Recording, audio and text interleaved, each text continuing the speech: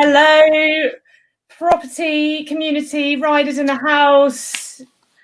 Are we live? Right, I'm going to just wait and see if we are live. Is Ride Property Community live? Have we got anyone online? If you're online, drop us a comment, drop us a like, just so we know we are streaming. We will wait for that to happen. Looks like there's a couple of people online. Yeah. You are live, according to me. Might leave a comment. So, for anybody that's not jumped on StreamYard before, I'll put it in the narrative, but this is quite an interactive platform. So if you click the link, it will allow your face, your beautiful faces and your beautiful names to pop up onto the screen, and so we can show the comments. And it's just literally click it, give it permission, and it will let you be seen. So without further ado, I'm just going to check my phone. Welcome to everybody. Thank you so much for joining us this evening. It is my absolute pleasure to have the one and only Mr. Andy fucking Thomas in the house. Right, what are we saying? This time, probably 6 months ago, the roles were reversed. And let's just say there was a tripod involved, a hotel room, and a bottle of fizz, I believe, was on the side as well. And I left a different woman. Let's just say this. Initiated, shall we say? So the roles are reversed, and Andy has agreed to come on and pop my interviewer cherry. So I am fairly nervous, believe it or not. This is the first time that I've interviewed somebody, but it had to be Andy. It couldn't be anybody else. So a bit about Andy. You know, he has been in the property game for circa 15 years now. There's not anything that this man does not know about property. He is the master of everything. He is probably the most motivating, inspiring, genuine, humble guy that I have ever met. And that is a strong statement, but that is true. And he is also mine and Stephanie's mentor. So we feel very blessed and very humbled to have had his constant encouragement and inspiration over the last 6 months. So I'm just going to pass it over to you very quickly, just to say a little hello. I mean, everyone that is either online now or is going to be watching this as a playback clearly already knows who Andy Thomas is. If you don't, you've clearly not been on the planet for the last however long. But I'm going to just pass it across to Andy now, just to say a quick hello. Yeah, hi guys. Yeah, thank you so much for having me. It's I couldn't be more pumped to be here, and yeah, I'm honoured that you are popping your cherry with me. It is. I think it is only right. You were very good to me that day, and yeah, you didn't flinch. Most girls would have turned around, run out the room screaming when they walked in to see that in a hotel room, but you didn't even flinch. Absolute pro. Walked in, bossed it, and we knocked it out the park. So yeah, I'll never forget. Yeah, it was brilliant. It was brilliant. But that was and yeah, like Lucy says, I am her mentor, and I think that was the first time we met, wasn't it? And officially, probably. Like face to face, and we had a nice bit of lunch, and then I, plied her with a few drinks, and then took her up to my hotel room and did what all good men do, and interviewed her for my podcast. So. Yeah, it was brilliant. It was a good one. It's still one of the most popular ones I've done in terms of like views and stuff like that. So yeah, check it out. So do you want to know a little bit about me? I think most people are going to know me in here. I hope, but I think so. But yeah, I mean, we can. I think we'll cover that throughout the interview. The way I want to do it is, I know that everybody knows Andy in terms of the property world, because he's on social media every single day, giving value to a lot of people. So like I said, if you don't already know who Andy is, you've clearly not been on the planet for the last 12 months.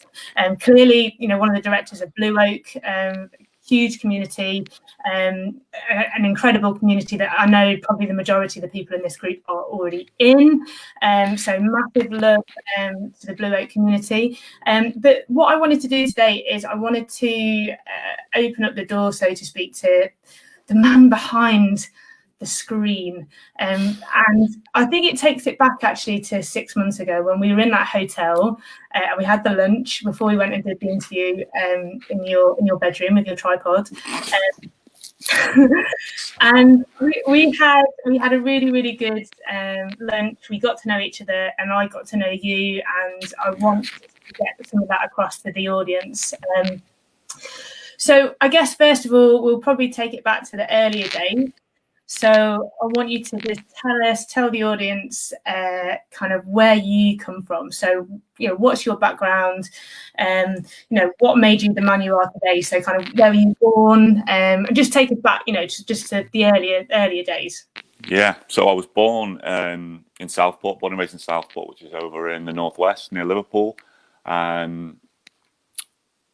Lived in Birkdale. I've got an older brother. And yeah, I was born and raised there, and I grew up there. Very sort of humble beginnings. My dad's a joiner, is retired now. My mum was sort of social worker. She ran a couple of nursing homes as well. So, we came just humble beginnings. That we came from a working class background, and that was, I've got good memories of my childhood. It was.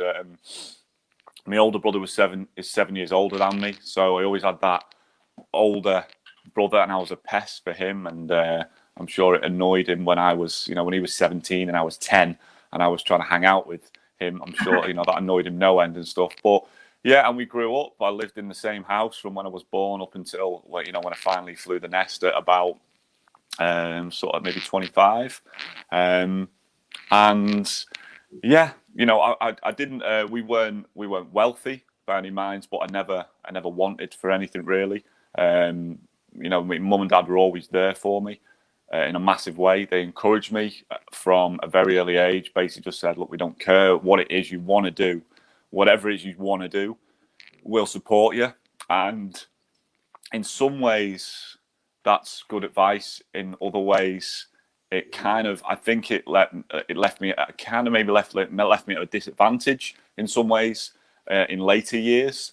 But I can't fault. It wasn't their fault. There's no fault there. I'm not assigning blame, but just the actual mindset that gave me. But it was nothing but utter encouragement. My dad was at every football game. He'd help me out with my paper rounds. Some would say I was maybe quite spoilt as a kid, but my dad he ran a pretty strict household, as my mum did as well. So yeah, and my brother is model citizen, model child, perfect. GCSEs, A levels.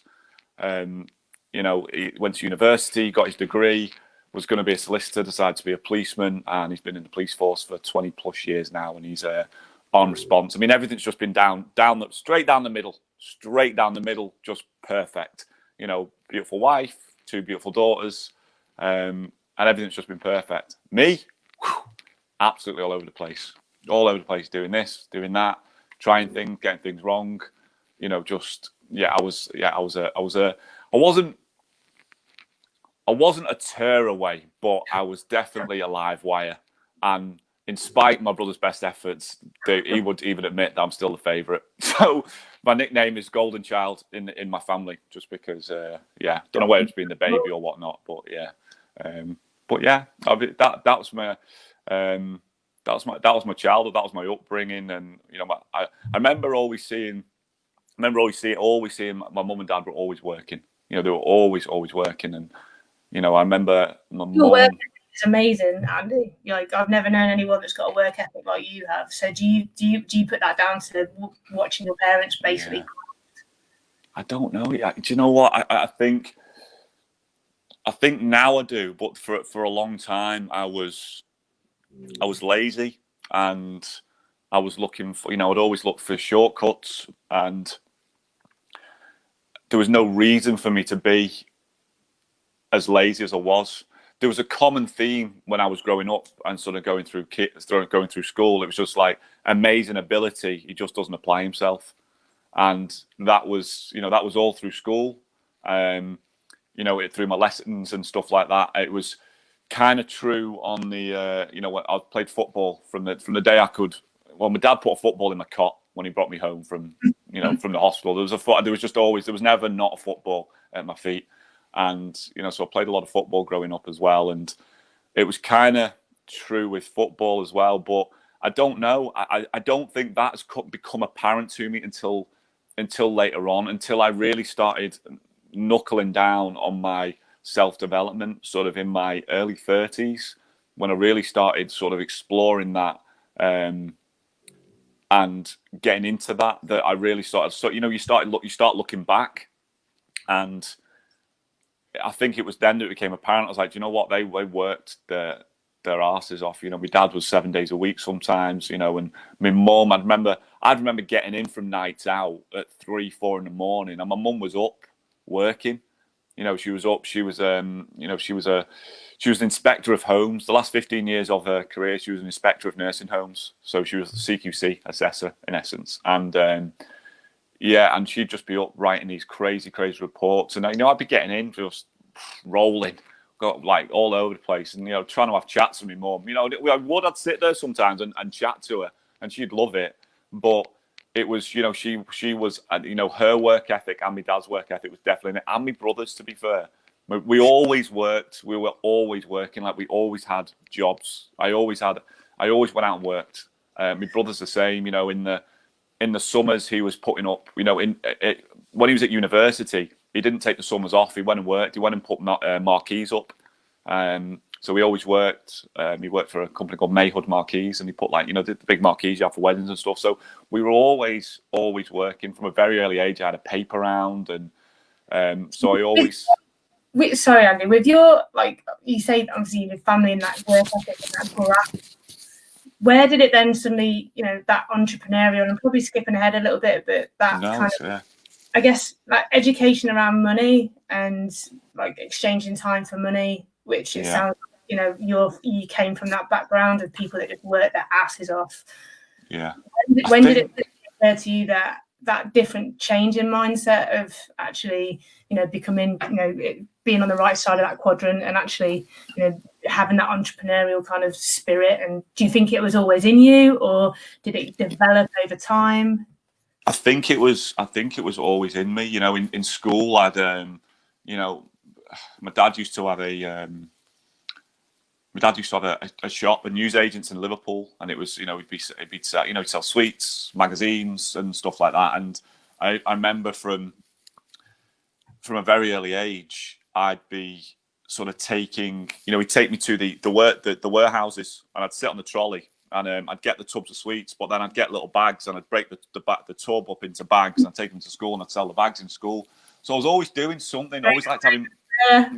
Yeah, I always liked having money in my pocket. Always liked having money, and I was always looking for ways to earn money. And you know, even in school, I had a part-time job. I liked having cash in my pocket, and I even managed, you know, save. You know, I was getting £10 a week for my paper round, but I always managed to, you know, I always had a float of about £40 in my wallet.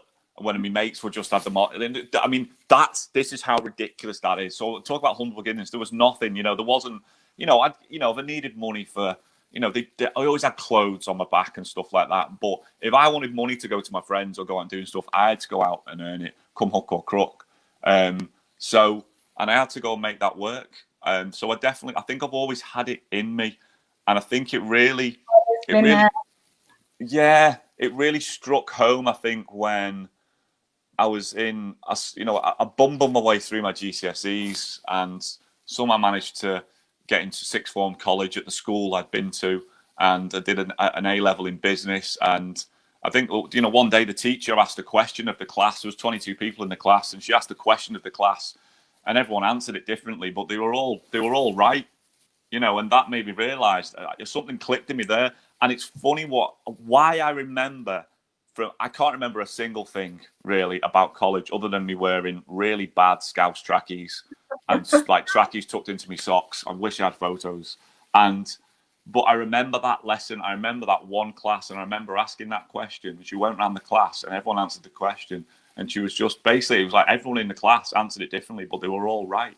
And it was then that I realised, it was just like, I then realised, I was like, I don't need to go to university to earn myself a living. And it was then that I knew that I knew I was gonna own my business. So from the age of 17, 18, I knew I was always gonna own my own business. I don't know what it was gonna be, but eventually, it turned out like that. And the first business I owned was a ladies' clothes shop in Southport. You got that inspiration from when, like, so obviously, your close family, the intimate family, but where did you get that? Did you get that inspiration from anywhere else, or was that just something that was just in you from? For the shop, or just the actual general? Just when you said you knew you were going to have a business, and that was like, yeah, you knew that was what was destined for you. But was that because there was someone in your life at that particular time, or was someone on a telly, or like, what did the influence come from anywhere, or was it just in you?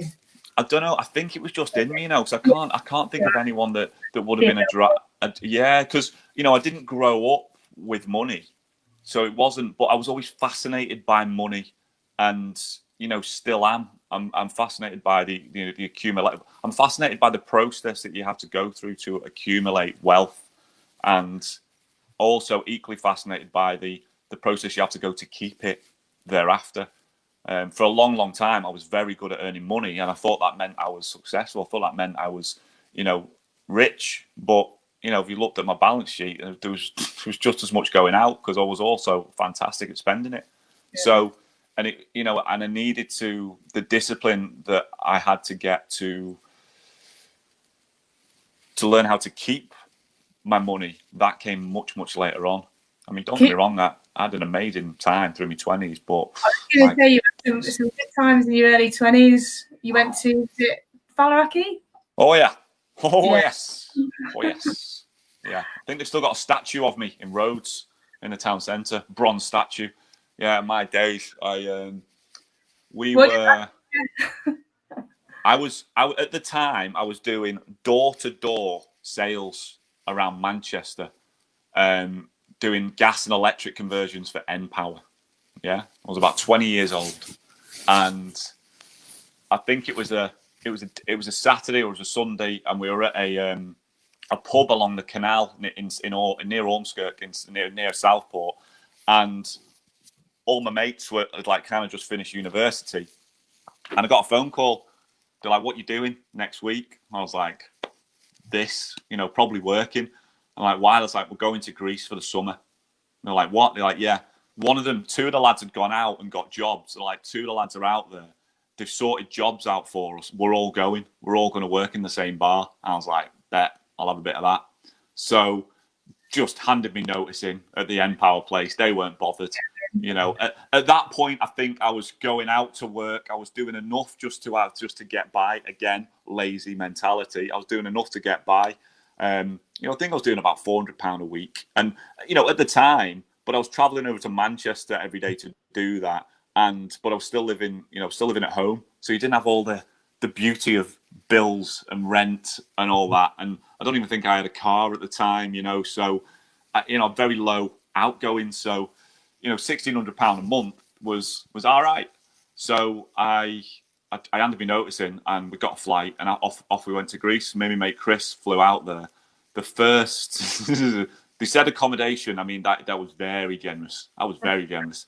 I ended up the room he had was the old caretaker's office. Yeah. So he had a single bed against the wall. I was on a mattress on the floor, but the gap between the bed and the wall, which is where my mattress was, wasn't wide enough for the mattress. So my mattress was shaped in a U. So I just slept on this U-shaped mattress for the first 3 nights. I think I had 17 mosquito bites on one foot, and God knows how many on the other foot. I just got eaten alive. I was like, "Mate, we need to get out of here quick." So we got jobs. We found alternative accommodation, and and that was it in Greece. I got a job in a bar called Tropical Bar in Faliraki. It's the first bar in Tropical Bar. So I got a job in there, and I was PRing outside, doing that annoying thing, getting people into the bar.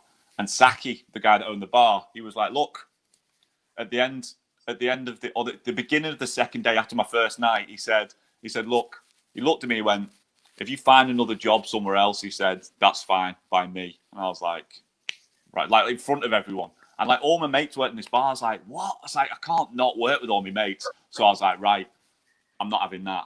So the reason, and here's you go. So here's an entrepreneurial spirit going for me.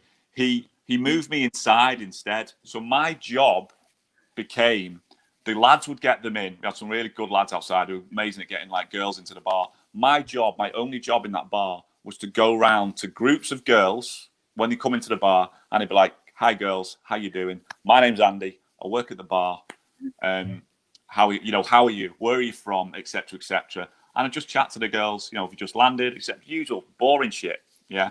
Usual chit chat. And I'd be like, can I get you a round of shots? And they'd be like, okay. Yeah. I was like, okay, wait there. So I'd like be aftershocks. I'm booked about, no worries, I'll be back. So I'd come back, tray of shots. We'd all do one. I'd do one with them. And they'd be like, how much? I was like, no, they're on the house. I'd be like, another round? They were like, yeah. So I'd go back, another round of shots. And that was it. And then I'd be like, then I'd get the cocktail list out, sell them cocktails. So my job was basically to flirt with girls and get them drunk. That was my job. Yeah. It was I was number one job, get the ladies drunk, get them to stay. That was it. And the rest is history. The rest stays in Falaki. Everyone was just like, what do you actually do? And I was like, I just get girls drunk for a living. So but what was happening? We were selling cocktails, we were selling fish bowls, and we were always running out of ice. Yeah, busy bar, you had one ice machine, constantly running out of ice. It was driving me mad. We were giving out these warm fish bowls. It was driving me mad. So what I got them doing when I was selling the fish bowls, I'd get them all to stick straws in, and we'd get old hose pipes and stick them in, and we'd suck them through this old streams of hose pipe. So I'd get them to down the fish bowls really quickly, so the ice was still nice and big. I'd go into the kitchen, I'd empty out the excess fluid and put the ice back in the ice machine. Yeah. And one night, I mean, how disgusting is that, by the way? Given what we're going through right now, this was what I was doing. Yeah. Sorry if anyone came to my bar, by the way, but that's what was going on. There you go. Someone's content, fish bowls. So I did that. Saki, and then I was also taking the straws out, and I was washing the straws. Unbeknown to me, one night, Saki caught me doing this. Yeah. And he came over to me, he's like, Malaka, what are you doing? Yeah, Saki's the owner. And I was like, Saki, we're always running out of ice. He was like, motherfucker, you are my brother. You are the best. And he's like, and he got everyone said, you see this boy, he's using his brain. And he just couldn't get over the fact that I was recycling the ice cubes and washing the straws. And he's just like, I wasn't even willing to throw the straws away. So from then on, no way was I getting sacked. And I worked for that guy in the same bar for 2 seasons, for 2 years. In the winter, like, he wouldn't let me go home. He kept me there in the winter. I was staying at his house, and like he was Greek mafia. So I'm just like his little rent boy. And I'm just staying at his house. I had like hardly all my clothes like falling apart. At one point, I had no shoes. I was skint, like broke, absolutely broke. And because we got free drink and food at the bar. And any wages we got, we'd just go and spend in the nightclub. We were constantly like borrowing money off people to pay for rent. And it was the best 2 years of my life. But yeah, Saki, it was hilarious. Imagine take 8 of your best friends now from when you're 20, and imagine all picking yourselves up, putting yourselves in Greece, and all working in the same bar. It was absolute chaos. It was chaos, but it was hilarious. How did you come back? I have no idea. How did you come back? Lucy, I I went out there a very, very polite young man. I promise you this. A polite young man, respectful, and I came back a completely different animal. I just didn't get it. I was like, chatting to girls. Hi, how are you? And I was watching my other mates, like the southern lads that I live with, and they were just like, my God, you're ugly. Get in the bar. Go and get a shot. And that's how he spoke to girls, and they loved it. And I was like, you can't speak to people like that.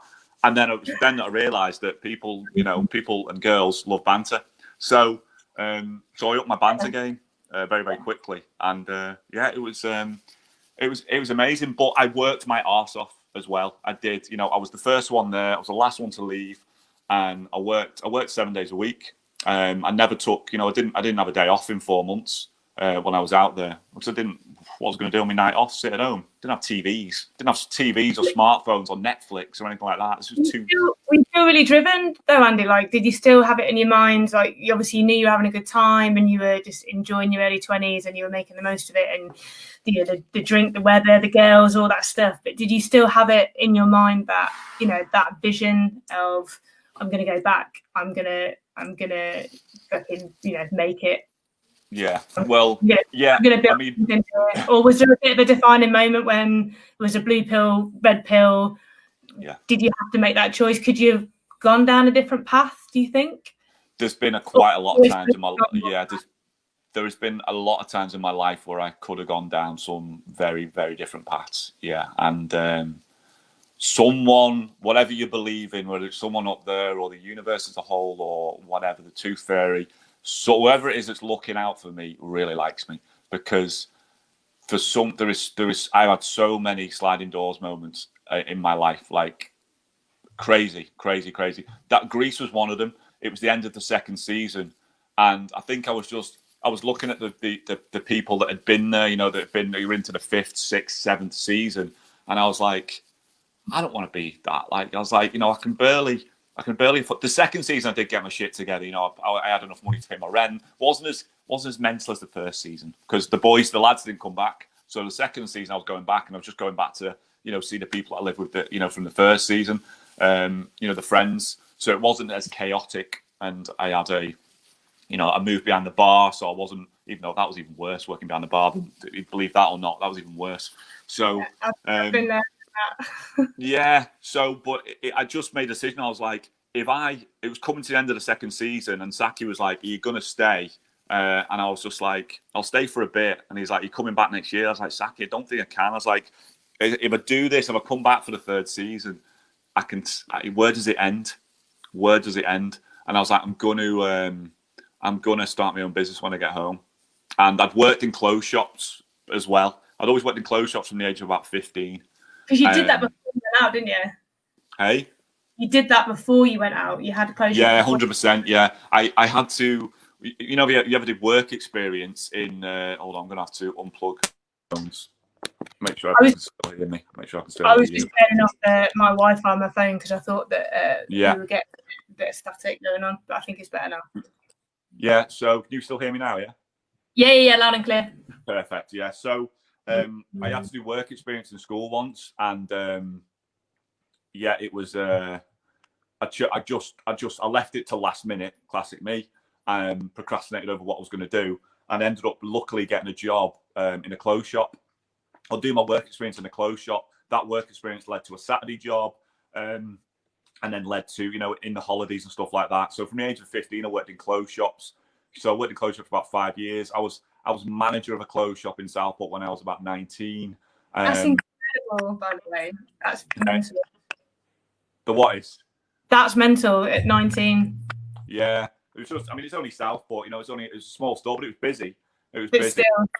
Yeah, and so I thought, well, I'll just do that. I knew there was hardly any ladies' clothes shop in Southport. There was only one other ladies' clothes shop, which is the one I used to work for. They had a men's and a ladies. So I just went back. I was like, I'll open a ladies' clothes shop. There's loads of men's shops. I'll do ladies. You know, how hard can it be? So I found straight away to the market. Yeah, I found a unit. I managed to scrape $5,000 together. Borrowed it off someone. The bank gave me the other $5,000. I found a unit. My dad did the shop fit for me for free. And off I went down to London, buying clothes for this clothes shop. Like, literally, ready, fire, aim doesn't even describe that. Like, it does not describe it. I didn't have a business plan. I wish I still had the business plan. I would love to see the business plan that I gave the bank that convinced them to give me £5,000. I have no idea what was on it to this day. I do not know what I put on it. I'm pretty sure my mum and my brother probably did it for me. You need to find it and share it. Well, I don't know. I don't know where it would be. It's so long ago, but I think you know, I asked them for £10,000. They were like, no chance. They were like, if you can put 5 in, we'll put 5 in. So I was like, right, off I go. So I went round like Oliver Twist, because in my mind I knew I could make it work, and I knew it was going to make money. So I just by all means necessary, I went in there and did it, and then off went to London. But picture me at 22 years old, you know, fresh out of Balaraki, still got my tan still fading, you know, still got blonde hairs on my legs, and I'm down in London with 10 grand in a bank account on a bank card, with no smartphone, no sat nav, no Google Maps, none of that. Trying to find these showrooms dotted around London with just an actual physical map in my hand. Like I do not know how I made it work. I was late for every appointment. I didn't know what I was doing when I got there. You know, I was just literally just winging it. I was honestly just winging it. That sounds like me. But you make it work. You know, just crack on and make it work. Now, yeah, I think the thing with clothes shops as well, there's a real skill. Like people can be like being a buyer for a clothes shop is a real skill because you have to buy 6 months in advance. But I was like, I haven't got that skill, so I was like, I need something else. So I went to these wholesalers in London, and I was just buying stock, and it was getting delivered the next week, you know, in a couple of weeks' time. So I was going down like, I couldn't try any of the stuff on. If it was men's, I could try it on. Women's stuff, what am I going to do? Try it on. So off I went, and anyway, I managed to scrape enough stock together to open this shop, and like did a grand opening, and yeah, made the shop work. Someone made the shop work, and it was funny to, you know, I didn't respect what I had with that shop though. I got that set up. It looked good. It was a real buzz about it, and I had lots of loyal customers. But I didn't respect what I had. Again, I got lazy. I'd done the entrepreneurial thing. You know, I'd learned how to earn the money and get the thing open. But from there on out, you know, the operations and actually expansion, you know, growth, any of that none of that. I didn't think past point A. I wasn't capable of it back then. All I knew was just like, I'll get this open. I'll keep putting stock in it. I'll keep showing up. I'll keep selling stock because I can sell anything, and I'll make some dough. And that was it. Any pretty girl that walked in and asked me for a job, no problem. I had about 23 part-time staff. You know, it's just nuts. But there was more than one occasion where I'd wake up on a Saturday morning, like hungover, hanging out about 11 o'clock in the morning, and I'd have the keys to the shop, loads of missed calls on my phone, and the shop was closed on a Saturday morning because I was hungover somewhere, and that was it. You know, so I didn't respect what I had, but I still somehow made it work. But to think at 19, you still created that at that age. You had the vision. You had the motivation. Yeah. Enthusiasm to do something on that scale. Yeah, you didn't have the appreciation for the long term, but it's incredible. It was. Yeah, I think I'm just very resourceful, very, very resourceful, and I'm just good at making things happen. What I lack in, you know, or what I lacked, sorry, then in, you know, business acumen and, you know, financial intelligence, I made up for with just sheer resilience. You know, so yeah, I just wouldn't stop until I got what I wanted, even if the thing that I wanted was the wrong thing. You know, there was no brake pedal with me. It was just once I was in, and I was like, I'm enjoying this. I was all in, and it was the same with everything with me. And there was just, but sometimes that can also be, you know, it's also sort of been my downfall as well, because like with the drinking and the partying, you know, world class, no one would out drink or out party me, you know, and that didn't look. I was never in rehab or anything like that, and I was always functional. I used to have this old saying where I'd be like, God built me to party. It's as simple as that. He just put me together a different way. I'm just able to go longer and keep going and not, you know, get up on a Monday and still function. So, yeah, it was, you know, but I think about like the roads I could have gone down and I didn't for whatever reason, whether because someone just gave me a little, you know, tug saying you need to wind that in. I was always good at listening to advice. And I suppose I was lucky to have good people around me at times when I probably needed them. So yeah, but yeah, definitely, I probably shouldn't be here, if I'm honest with you, Lucy. Definitely. Yeah. Your story resonates with me. Is that my sound? Is that my sound really good? It's breaking up a little bit, but yeah. Our stories are very similar. I was an absolute tearaway when I was growing up. Yeah. I'm definitely not the intelligent one in the room, but I'm resourceful. So I think, yeah, and I definitely could have easily gone the wrong way. Thankfully, I had the right people around me, so I was looking up to. But yeah, your story is just, yeah, it is so inspiring to people. You've done so much, and even like at that point, you're still so young, and then the time between then and Blue Oak, a lot happened in that period of time with regards to you just kind of building your property portfolio to this sheer scale that you do. Yeah. I mean, that in itself is, I know you talk about now that you had this massive portfolio and it's not necessarily been, the best thing in the world for you at the time, but it got to where you are now. Yeah, I mean, I mean, I think about the journey I've been through on property, and I think about where I am now, and pardon the pun, but my God, I've been round the houses to get where I am now. And like, what I've got now, I had, I had it 10 longer, like more than 10 years ago, minus the HMOs. I kind of almost had what I've got now. And, but I was chasing something fictitious, but I still had that mentality, that I want to get the shop open. I was like, I want loads of houses. That was literally my mentality. I want loads of houses. I want more houses. Anything that came on, deal source sent me a deal, and I was just like, yeah, I can turn that to a HMO, take it. Nottingham, Morecambe, Blackpool, didn't matter. I was all over the place because I just wanted the recognition that I've got another house. Oh, I've got 20 houses, 21 houses, 23, 30. And it was just that I felt like I needed that, what's the word I'm looking for? Recognition. I thought, that made me successful, and it didn't. It made me a busy fool. And you know what? It made me unsuccessful. It just made me a very, very busy fool. And it was done in the wrong way, kind of similar to the shop. It wasn't done with any but wasn't done further than 5 minutes in front of my face.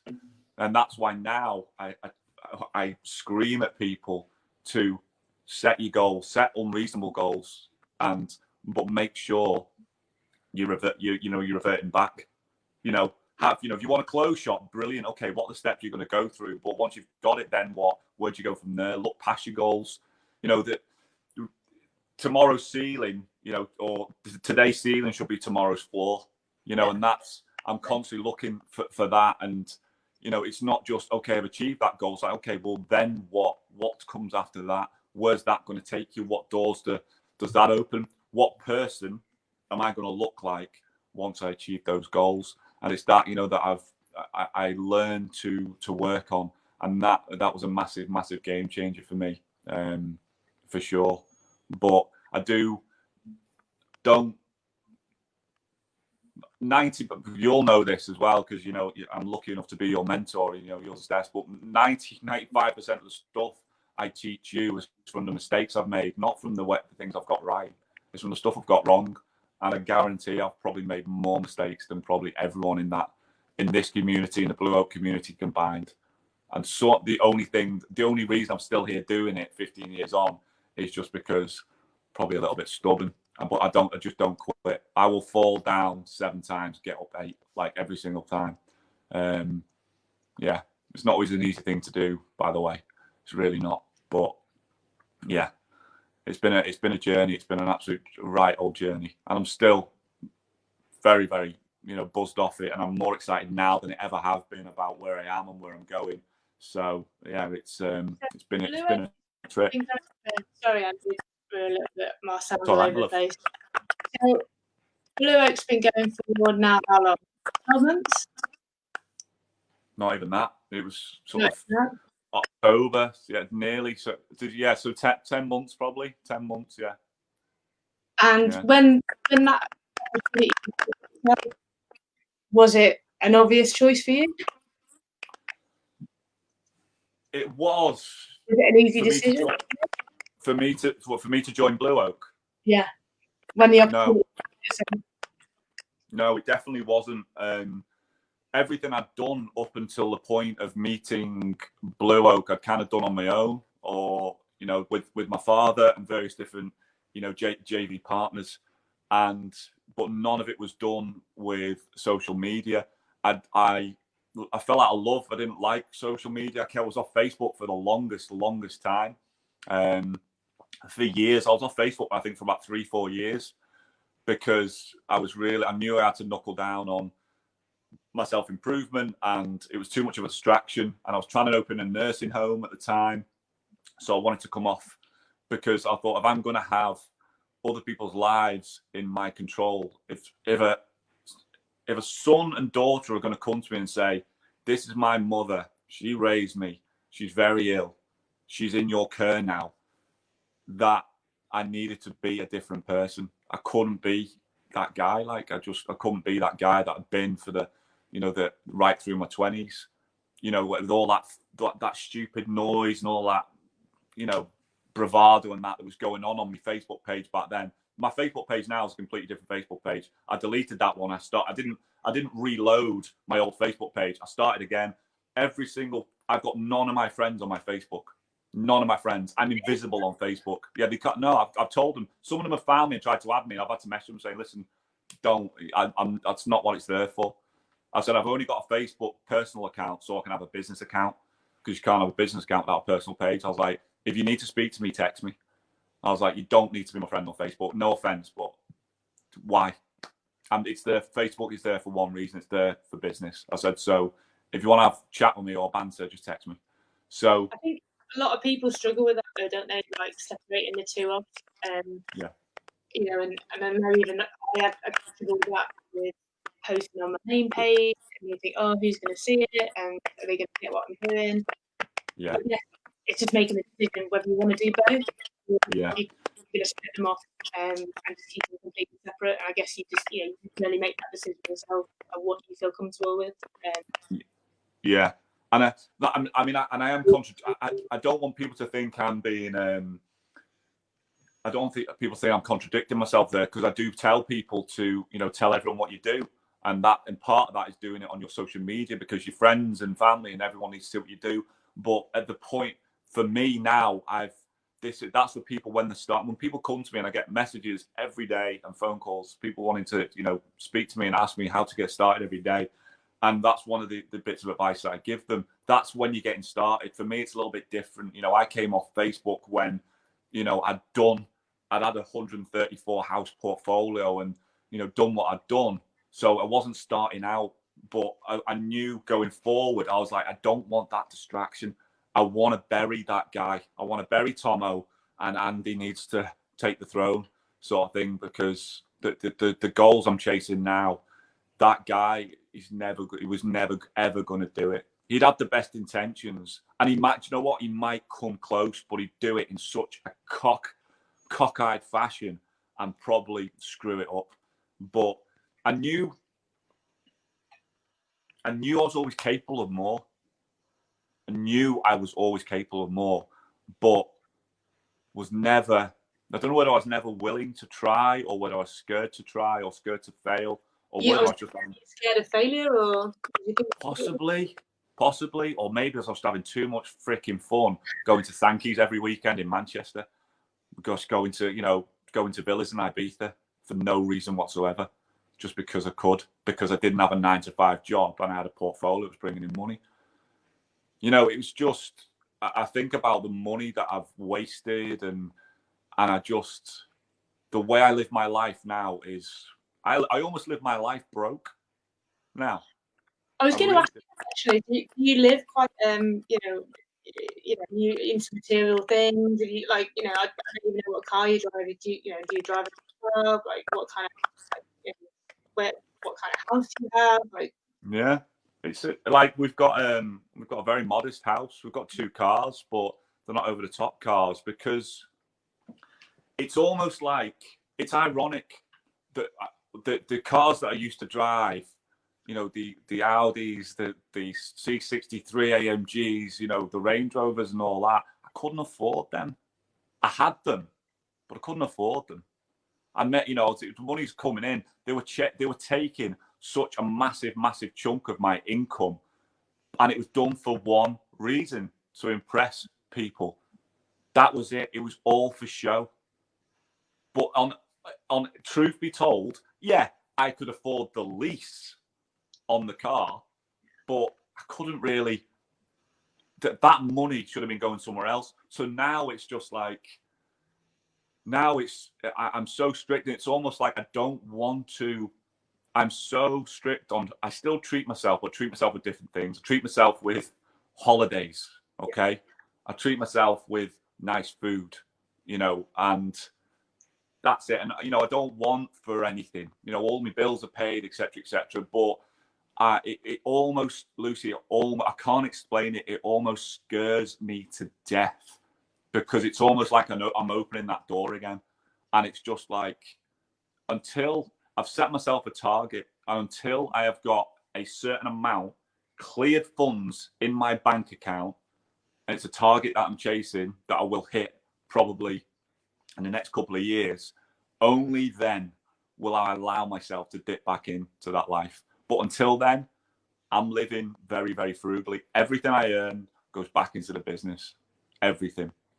Because yeah, I had this need to want to have, you know, cash in my wallet and cash in the bank, and you know, be that. It's just stupidity to impress people who just, truth be told, didn't care. No one cared, and it's just, I'm look. I'm glad that I went through it. Maybe I had to go through that to get where I am today, and it was almost chasing a false happiness, if that's the right description. And it was a happiness that never came, because it was all external shit. It was all for show.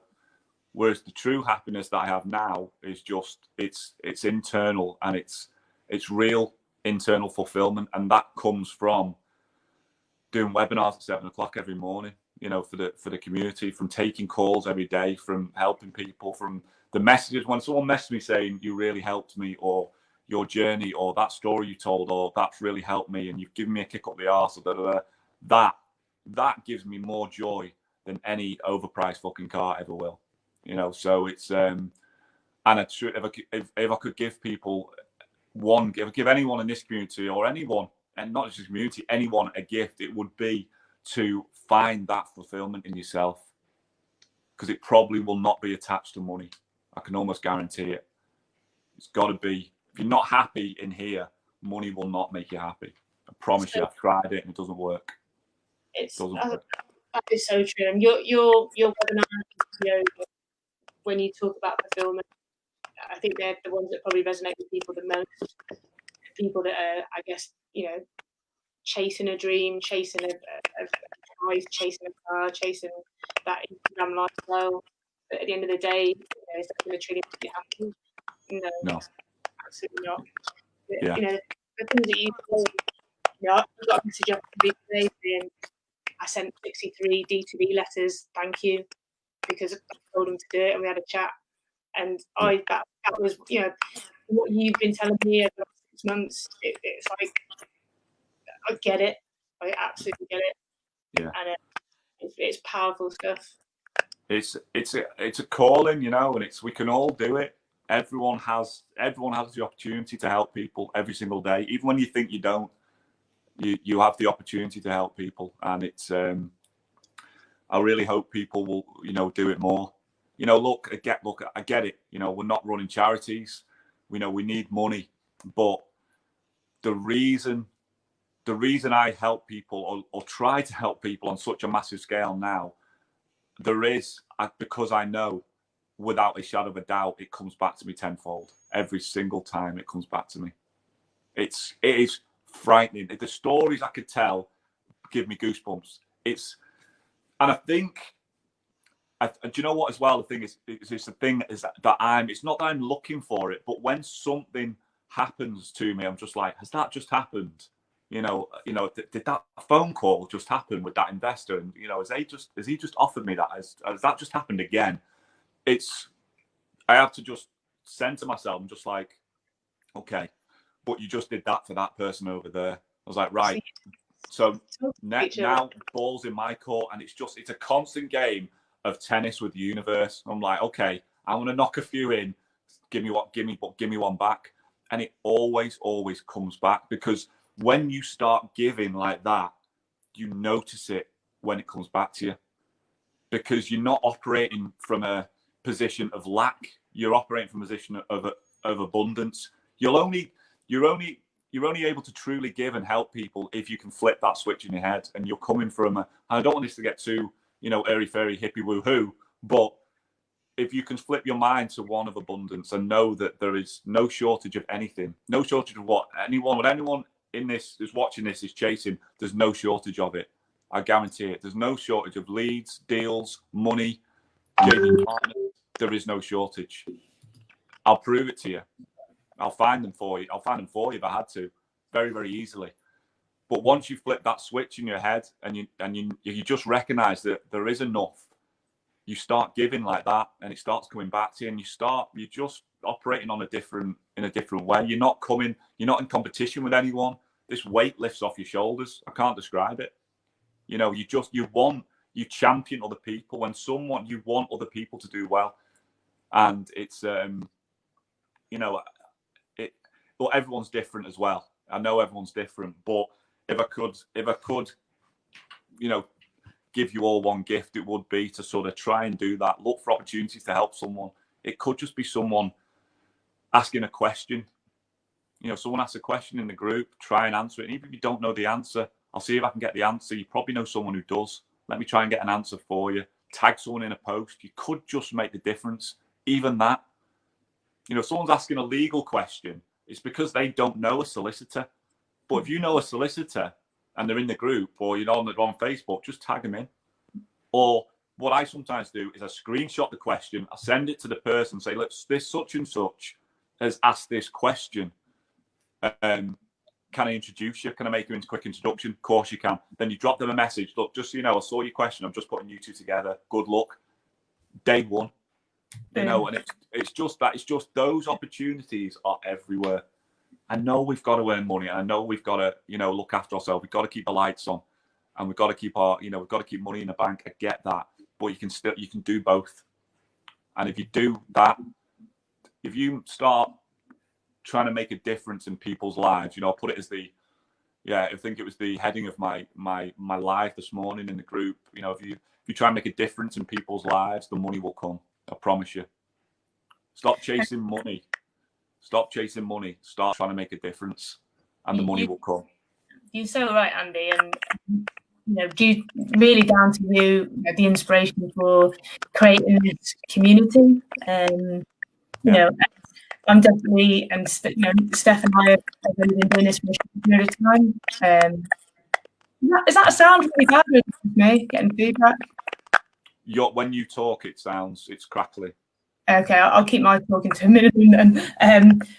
Just being able to bring people together in the community where people can help each other out, and not necessarily being the most knowledgeable, but being able to bring those people together in the first place is powerful, and it's fulfilling, and it's limitless.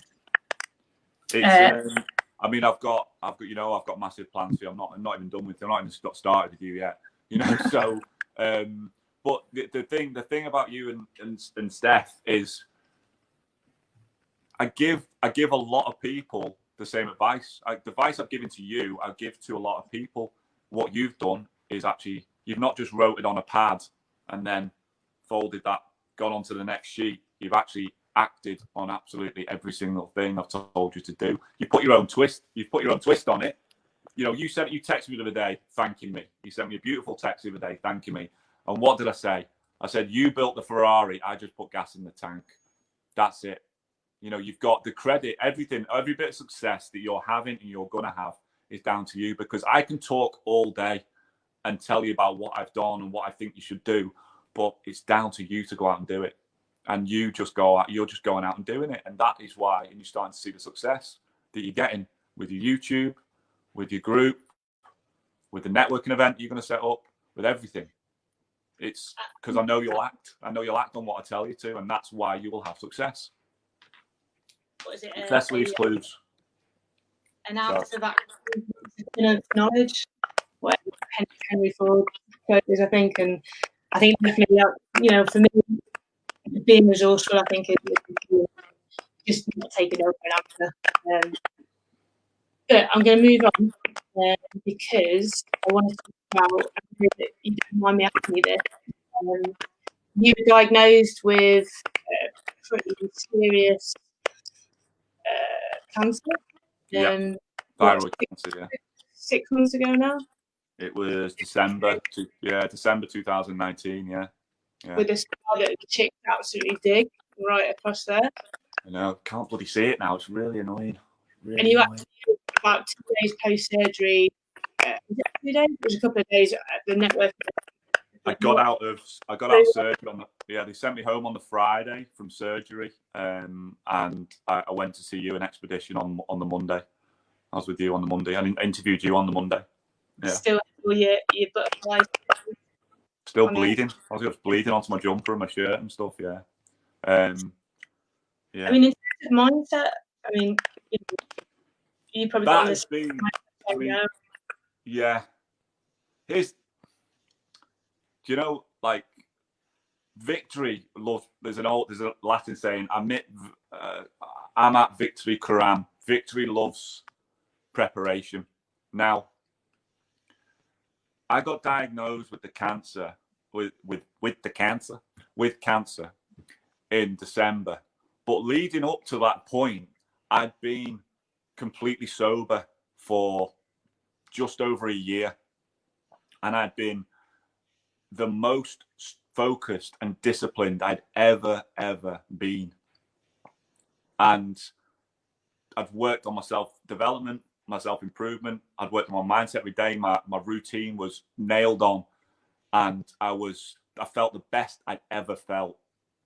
Now, when you got that, and then I got the news. Now, that was almost a scary thing that I could keep saying my battery's going, but I know it's not. That was almost a scary thing to have got that news and have that going on inside me, but be feeling as good as I was. That was a scary thing. Then that's what knocked me for 6. But the mindset that I needed to take that on, I developed in the 12 plus months leading up to it. I was prepared for it. So when it came, I wasn't hungover. I wasn't drinking. I was clear. I was focused. I was in the best shape of my life, physically and mentally. And I've said this a couple of times now. I was the right person to get that diagnosis because I knew I was strong enough in mind and body to beat it. Still not beating it. I'll probably get my all clear next month. But I knew, not straight away. Harry and Charlie were with me. My 2 sons were with me in the appointment. And I wouldn't wish it on anyone, like to get that C-bomb dropped on you, especially not when your kids are in the appointment with you. And it took me a while. It wasn't until in the car on the drive home, I literally just slapped myself. And I was slumped over. I was leaning forward. I was driving. I was like doing all this. And I was looking in the mirror at the boys. I was like, what have I done? Have I done enough? What's how long have I got? And what have I go? And who's going to raise my kids? And all this stuff, this why me mentality was setting in. I could feel it setting in. And it was when I was looking in the mirror at the boys, and I just caught a glance at myself, and I was just like, what are you doing? So what are you thinking about? And I just caught myself. I was like, what are you thinking about? I was like, you're thinking negative thoughts. It's like, why? Because the doctor said a word to you. I was like, nah. It's like that. No diagnosis from a doctor, no words from a doctor, words on a chart could control the way I think. I still had complete 100% control over the way I thought. And I was like, I'm just going to beat this. I was like, I can't change that news now. I can't. That egg has been scrambled. I can't unscramble that egg. There's just nothing I can do about that. But what I can control is how I react to it. So I was like, well, I'm going to beat this motherfucker. So that's it. But everything I'd done leading up to that point, and when I say I was the right man for the job, is because I knew I wouldn't take a knee. I knew I wouldn't rest. And I just had to, there and then, become incredibly selfish in a way, because I knew I was going to be surrounded by, you're all right, all that. Well, why don't you rest? That's not going to cut it for me. And it was an opportunity. And I saw it as an opportunity. And I don't think it was any coincidence that for some reason, I'd been very quiet. I had a Facebook account, an Instagram account, but I wasn't using it like I am now. I wasn't putting property or inspirational quotes out like I am now. Absolutely no way. I just wasn't. And I don't think it's any coincidence that I found, or Blue Oak found me. I found Blue Oak, and I was made a director in the October, November. I got the diagnosis in December. And then I had a community of about 1,300 people, I think, were in the Facebook community then. And I was like, this was meant to, I truly believe like this was meant to happen. I'm going to beat this. I'm going to show people that no matter what's going on in your life, you can still make the decision up here to feel amazing and still get on with it, because life will deal you a shitty hand. And it's just, when it's dealt you that shitty hand, that's when it really starts piling on. I'm just like, I'm not going to let it. And so I didn't let it own any real estate in my head. I didn't think about it. It's hard not to. It's like a black cloud following you around. Did you not have any dark moments at all? Yeah, 100%. It's impossible not to. I don't care who you are. A strong person or someone with a strong mindset isn't someone who never has negative thoughts. It's someone who acts in spite of them and puts them away. So I welcome the negative thoughts of like, it's come in. All right, fine. Of course, I've got cancer. Of course, I'm gonna have a negative thought. All right, we deal with the next bit. We deal with it. I process the thought. I deal with it. A lot of it I got through by just running. I ran my heart out. I just went running. Whenever I was running around that park was like therapy for me. I just 45 minutes or so, just running, sprinting, whatever, press ups, dips, whatever I could do, just absolutely burning myself out. I was like, this is how I'm going to beat it. I didn't know how. I was like, the doctors are going to do their bit. Medicine's going to do its bit. The surgeon is going to do a bit. Everything else in between, that's on me. Because I knew I was going to be surrounded by people saying, oh, just relax, just take it off, take it easy. That's not my job. That's not my role. This was an opportunity for me to actually walk what I talk. And that's why 3 days out of surgery, I had to be stood in that room with you guys, Expedition. I had to be stood there because it's my job to inspire. It's my job to lead you. I've only got 12 months with you. And it's like, if I can be there and stand in front of that room with you guys, I'm leaving you guys with no excuses, because it's my job to put a rocket up you for these next 12 months and get you from A to Z. So that's why I did it. And I will beat it. It will go. Still get the thoughts, you still get the thoughts. Everything's headed in the right direction from what I can tell. And, I dare say next month that there will be the all clear.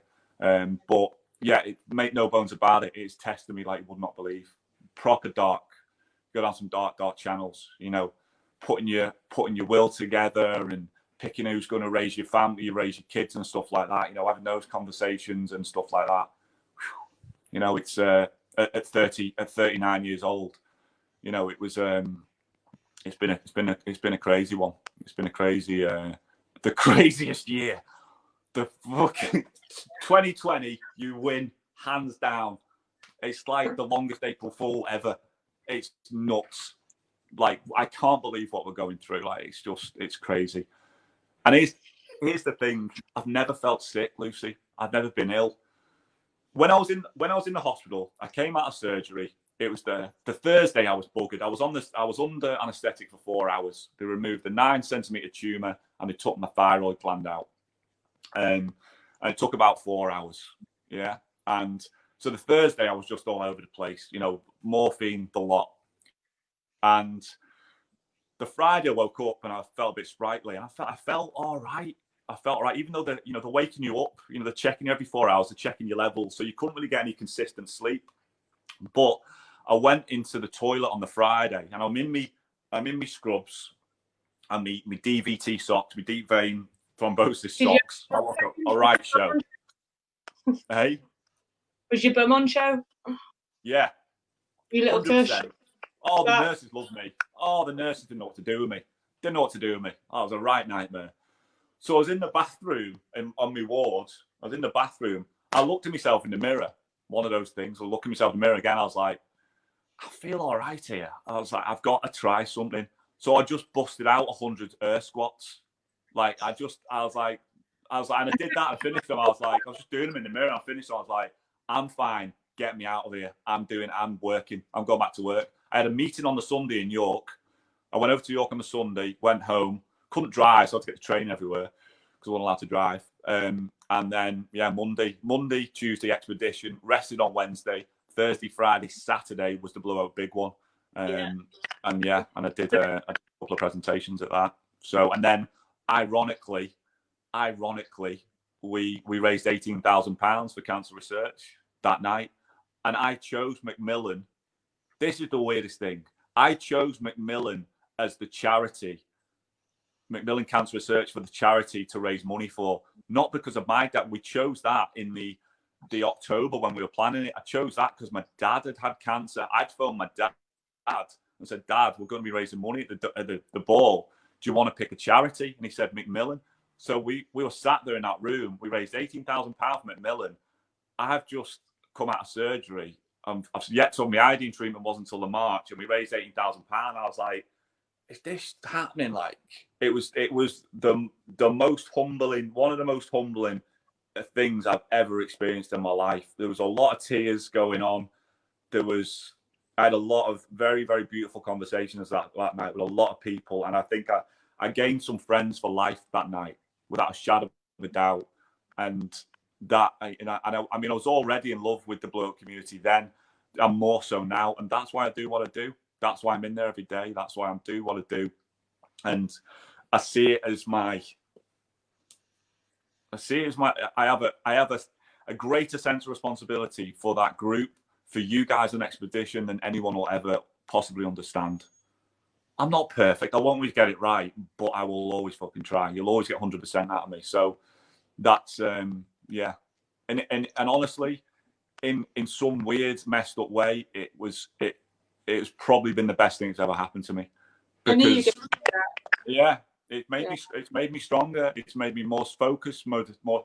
It's really crap that it takes something like that to really make you recognize how delicate we are as human beings. It's real shame, like funerals make you reflect on, life and stuff like this. But it's like that, to get that news, feeling as fit and as well as I did, that was the scariest thing. I was like, I don't feel ill, and this is going on inside me. I was like, nah, it's no way. It's not happened to me. It happens to other people. I'm the guy that's there for the people when this is happening. I'm not the guy that gets it. And also, I was like, okay, mindset level 3000 inbound. So, yeah, in a lot of ways, I've learned a lot about myself from it. And it is my duty to share that strength with as many people as I possibly can, and hopefully inspire as many people as I possibly can along the way, and maybe teach them a couple of property tricks along the way as well. Yeah. I found that absolutely no doubt in this world you have inspired lots and lots of people. There was probably 500 people eyes on you, just like minds blown with what you did that weekend, and it was inspirational. So you inspire a lot of people, Andy, and you'll continue to do so. Who's been the influential person in your life? Who's been someone that's inspired you?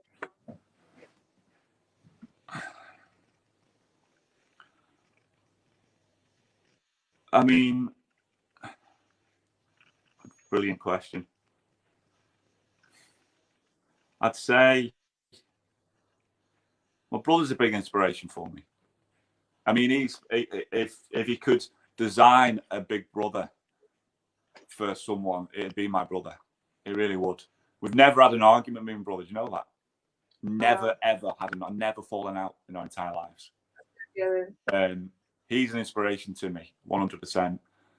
My dad,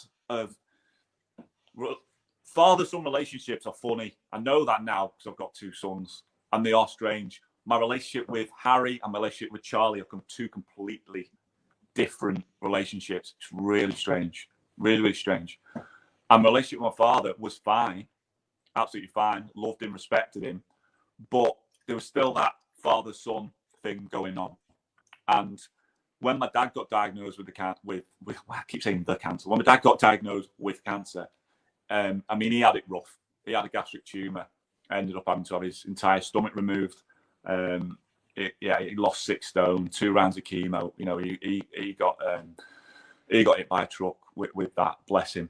When he got the diagnosis, that was the reason I quit drinking, because I was like, I'm going to be the guy. I'm going to be the guy that's going to be when it's absolute chaos is going on and everyone doesn't know what to do. I want people to be able to turn around and look at me, and I'll be like, I've got you. Don't worry. And I knew that if I could be just straight and strong, I was like, I'm going to be the guy. It's not a job I want, but it's a job I'm going to take on. I'm going to be the strong one for the family, for relatives, for whoever it is. I'm going to be that guy. And I knew if I'd quit the booze, because I'd always done dry January, dry quarter. I knew how strong I felt when I wasn't on the booze. So that's why I quit it. And I had this big plan and this big speech to go over to my dad and say, look, because I got the news over the phone, and then I had to go and see him a few days later, and I had this big speech prepared, and I was going to, talk to him about mindset and, pushing back and not quitting and and all these things. Forgetting, I think I know something about mindset because I've got a freaking YouTube channel. I'm forgetting that my dad's dad died when he was 15. He had to leave school, get a job, and look after his mum and his nan. I was like, he wrote the book on mindset. I had no words. I went over and he was just like, here's what it is. I can't change it. Life goes on. And off he went, telling stupid crap jokes, and he absolutely bossed the entire thing. And so that was tougher for me than having my own diagnosis. Watching my dad go through that was tougher for me to deal with. So I think that helped me as well. Making the decision to put myself in the eye of the storm and without having the answers, being scared and not knowing if I was going to be strong enough and be able to be that guy, and then my dad somehow ringing the bell on his chemo and he's still here, God bless him. Being able to be that guy. Then when I got the diagnosis, I was like, it's nothing compared to what I've just been through. I was like, so if I can handle that, I can handle this sort of thing. But I know I was also very conscious. I know that this thing is worse for the people around me, the people that care about me the most. I know it's worse for them than for me. And it's frustrating for them. They're just like, I hear phone calls. They're just like, he's fine. There's absolutely nothing wrong with him. He's just got back from a run. He's just been out and run 10K. He's just run 2 marathons in 2 days. He's fine. We're not fine. I'm like, it's all right. We'll get the all clear. Don't worry. So, and it's the other thing as well is I want to be an example. My kids are a big inspiration for me. How can a 3 and a 4-year-old be an inspiration to me? But it's my duty to leave a legacy for them. And I don't mean money in a bank, because when I'm talking about legacy, I'm talking about the lessons that I will teach them, and manners, respect, patience, all those things, strength, courage, all those things that I want to teach them. They will live on long after any money that's left to them will be spent. So it's that, and that's why I do what I do as well, because I want them to be proud of me, I suppose, when they get to an age where they're old enough to realize what that is. So, and that starts now. Well, I don't think there's anything like that. We'll see. So, but I'll it's just, but there's one thing I learned is just that starts now. Anything you want in the future, don't wait. You start now. Anyone that's watching this, if there's something that you want in the future, you start right now. When me and Lucy wrap this up, you start right away. You don't wait till tomorrow. You start now. You do it. You make the first step tonight before you go to bed, and then you do another little bit tomorrow and another little bit the day after, and you keep doing it every single day until you get there. Don't wait, because you don't know when you're going to go into a doctor's office and they're going to give you that news. You might not get tomorrow, so do it now. So, yeah. So talking about the future, Andy. Hey? So talking about the future. Yes. Into our probably last proper question. Mm-hmm. What is the future for AT in the Yes. past? What is the future? What you know? Yeah, I mean, from a business point of view, I know I've got my goals. I've got, my affirmations are there that I read. I'm going to read them tonight before I go to bed and stuff. And they're working to, I've got some, from a property point of view, I'm just looking to develop. I'm looking to hit a monetary amount in the bank. And that's going to be sort of, I'm good, retired before I'm 50 sort of thing, without a shadow of a doubt. I'll probably be retired before I'm 35. Well, I did retire at 37, technically, semi-retired, but I want to fully, do you know what? I'm talking shit. I'll never retire.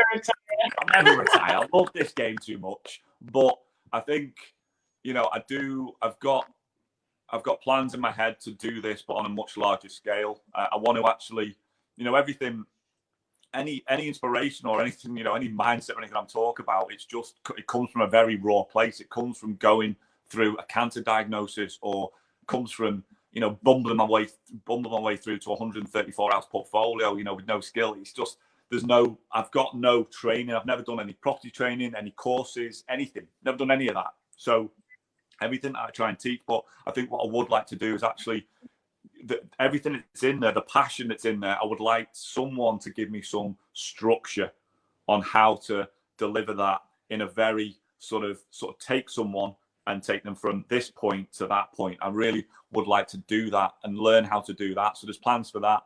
Property, retail parks. I'm going to build retail parks. That's my plan. Already starting to have those conversations.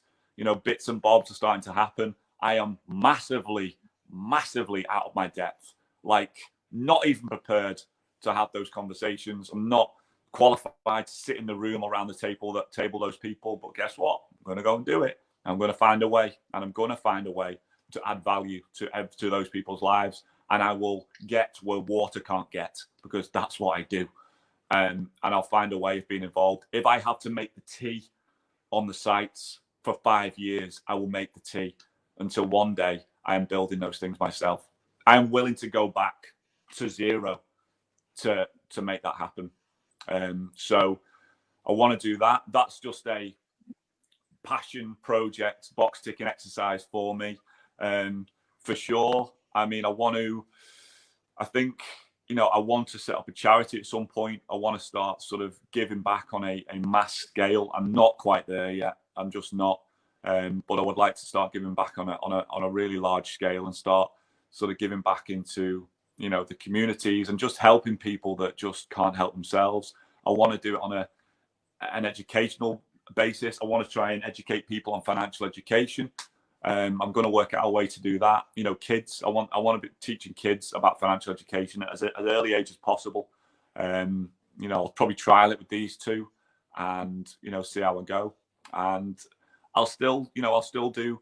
We've got Expedition running, as you know. Mentoring's a big passion for me, and looking after you guys with Rich and Paul, and doing it with Rich and Paul as well it's a real buzz. It's tough, you'll testify to that. It is tough to be stood at the front of the room and have people looking at you for answers, for inspiration. To do that, it's a challenge, but do you know what? It's making me into a better person.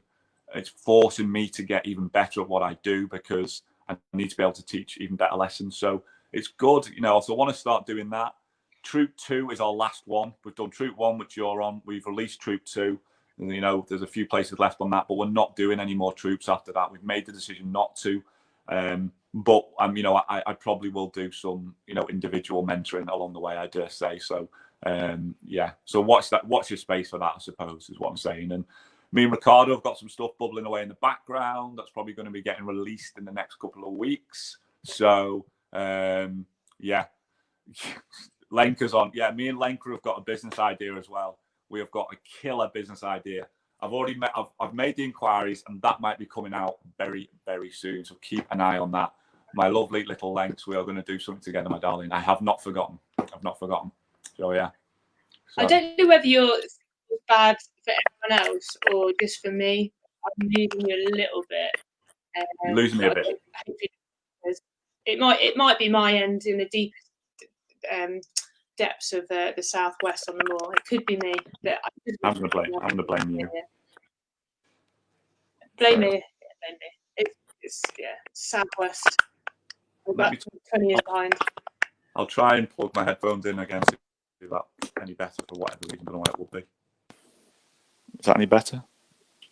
That is much better. That's the sound sorted. So that's is that much better. It was me then. Perfect. Sorry about that, guys. Just an hour of absolute hell. Sorry. Yeah. Okay, that was. Yeah, so that's good actually, because I want to come on to. So firstly, a massively exciting future. Obviously, coming from you guys over at Blue Oak, and I mean, you know, it'd be amiss of me not to say now that, you know, from mine and Steph's experience with Troop 1, from the mentoring bit, you know, the constant encouragement, you know, the motivation, the inspiration, the knowledge, the I guess the arm around the shoulder when, you know, I'm talking to you this week about a potential development that's going on, but we're talking about a lot of money. We've never done shit before ever. So all of a sudden, you know, to have you to be able to reach out to and go, Andy, yeah, where do I start? Yeah. Is invaluable. And you know, you're not gonna make me do it. You're not gonna you're gonna certainly give me the direction and show me the way that I can do it and that Steph can do it. And having that is pretty powerful stuff. So yeah, I'd obviously, you know, I'm a massive advocate for Blue Oak and for the troop. So yeah, if you guys are already doing one more troop, then I would say to anyone that wants to get involved, don't miss out. Yeah. That goes without saying. So, okay, so I reckon that kind of brings us on to, I wanted to do a bit of a quick fire round. So I can hear myself actually speak now. So that's good. That's good. That's all good. We'll have to do another one. Yeah, my battery's not going to go. Right, okay, we'll be quick. So quick fire round. I might have to put my glasses on. Hit me, let's go. I hate these. Yeah, okay, so red or brown sauce? Brown. Assisted sales or lease options? Assisted sales. McDonald's or KFC? KFC. Cash flow or capital growth? Cash flow. Fave car? Who? Favourite car? Favourite car? Aston Martin. Favourite city? Leeds. Best friend? Jesus. You've just thrown that one at me. Sal. Come on. Game of Thrones or Vikings? Game of Thrones. Skiing or boarding? Behave. Skiing. Rich or poor?